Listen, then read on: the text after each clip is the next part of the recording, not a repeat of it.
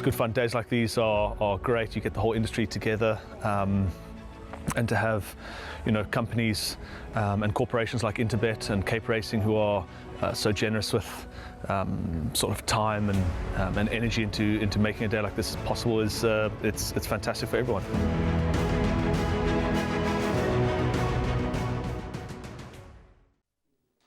We're on to race number 4. It jumps at 13:30. It's the Top Up Your Account with the Tab Gold app. Maiden plate for fillies and mares over 1,750 meters. It is the opening leg of the pick 6. It's not a very big field, just 7 runners. And Warren, I quite like number 5, Fearless Kitty. I know she's been running second on a number of occasions. She is the favorite, but I don't think she can miss the top 3, so I've elected to banker her in the place accumulator. Well, to be quite frank with you, Devon, if she doesn't finish in the top 3, there'll be many punters that will be highly upset. She certainly has been knocking at the door, and knocking at the door very loudly. She's run second in her last 3 starts. Now, let me make it very clear. She is the first choice. She certainly can win. She is the first choice. She's obviously the favourite.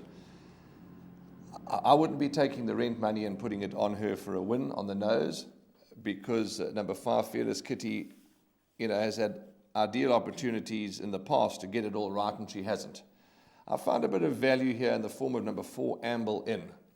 Now, again, I must make it very clear. I'm not saying that Amble In is a good thing, can't lose, etc. I'm just looking, and she's a little restricted at odds of 4.5 to 1, but I suppose the quality of the field she takes on is not the greatest. Last time out, she was 40 to 1. There was value there when she ran third to Sparkling Flame. But second to Cape Star, second to Symmetry, those runs certainly put her in here with a big chance.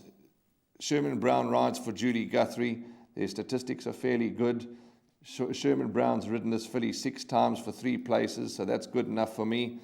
Raced a little wide last time around the bend and into the straight, and she still ran an absolute cracker, Amble In. So I think there is some ability there. There is something there with Amble In, and I'm going to be taking as many swingers and exactors boxed as I can for Amble In and 5, Fearless Kitty. But yes, Fearless Kitty is the horse they all have to beat.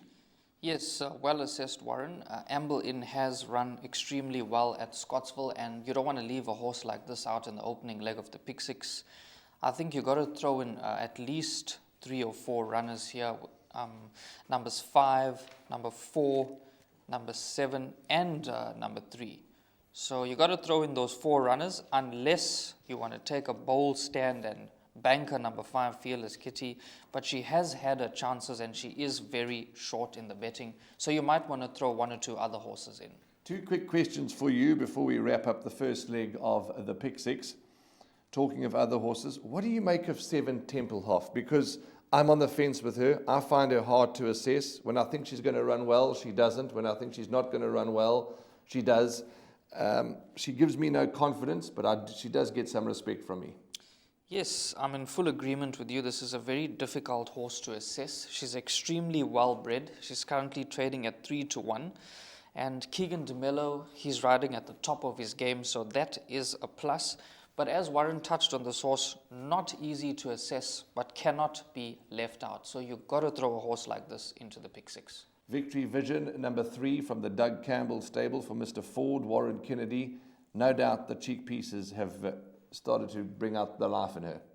Yes, he's ridden her before in a small field as well, and he's jumped aboard again. So another one that does have an outside chance. Okay, to wrap up the 4th race, which is the first leg of the pick 6, Devon is of the opinion that you need the 4 horses, numbers 5, Fearless Kitty, 4, Amble In, 7, Tempelhof, and 3, Victory Vision. Obviously, from my side, the horse to beat is Fearless Kitty, but I won't be having a bet on the nose on Fearless Kitty. I'm going to maybe go for a little bit of value about Amble In.